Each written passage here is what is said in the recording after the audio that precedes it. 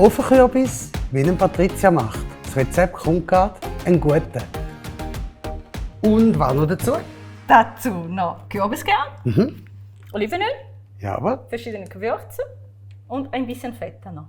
genial. Ich freue mich drauf. Super, Bis nachher. bis ganz bald. Bye, bye. Ciao.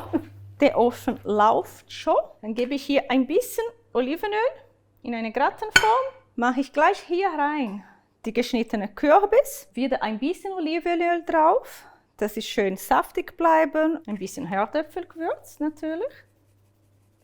Ein bisschen Knoblauch. Man kann die Gewürze nehmen, die man auch gern hat. Ich nehme hier noch Stickhuspfeffer.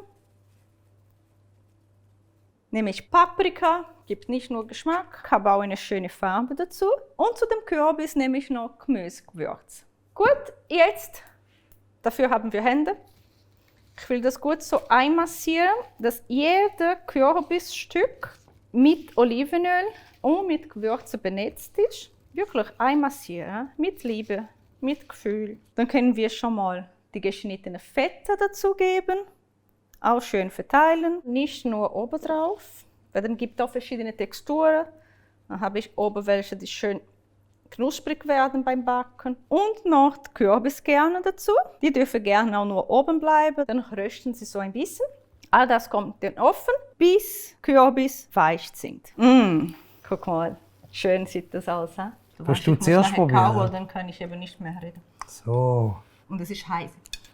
fein. Der Kürbis hat noch Biss. Sehr ein guter Kürbisgeschmack, nicht so langweilig. Feta Knusprig. dazu, fantastisch. Kürbiskerne. Und immer gut käuen, nicht vergessen. Vielen Dank. Dankeschön. Bis nächstes Mal. Schönen Nachmittag. Bye bye.